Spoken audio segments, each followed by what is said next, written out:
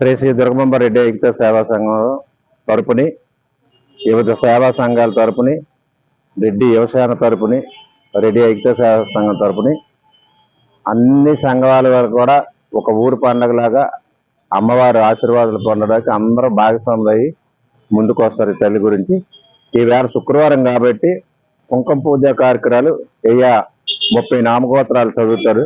పూజా కార్యక్రమం పంతులు గారు 2 పూటలు ఉదయం సాయంత్రం 13 రోజులు కూడా కంటిన్యూగా పూజా కార్యక్రమాల మటు 2 పూటలు గోత్రాలు చదివి పూజ కూడా చేస్తారు పంతులు గారు.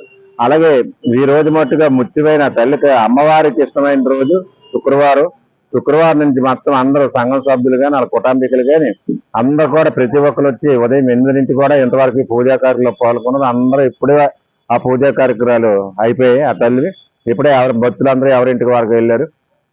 దాని గురించి రేపు మాకు 13వ తారీఖు సోమవారం నాడు మట్టుగా భారీ ఎత్తి అన్నసంత తరపున 10,000 మందికి ఊరేగింపు కూడా సంస్కృత కార్యక్రమాలు కూడా చాలా గట్టిగా ఉంటాయి.